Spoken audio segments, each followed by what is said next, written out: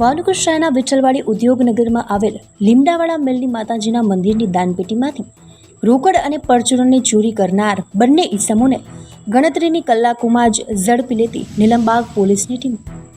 જાણવા મળતી વિગતો અનુસાર ભાવનગર શહેરના વિઠ્ઠલવાડી ઉદ્યોગનગરમાં આવેલ લીમડાવાળા મેલની માતાજીના મંદિરની દાનપેટીમાંથી રોકડ અને પરચુરણની ચોરી કરીને ફરાર બનેલા બે ઈસમોના સીસીટીવી ફૂટેજ સામે આવ્યા હતા.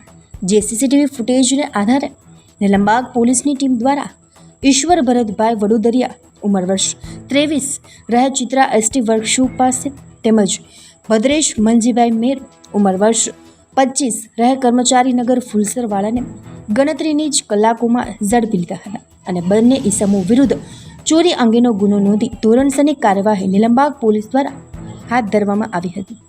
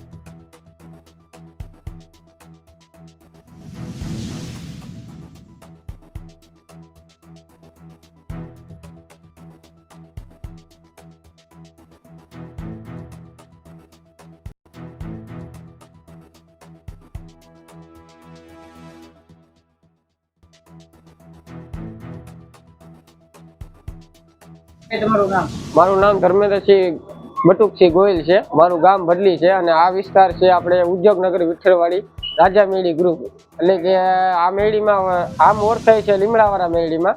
અને અમે અહીંના સેવક છીએ. સવારમાં 5:20 અમે અહીંયા આરતી કરી રહ્યા હતા.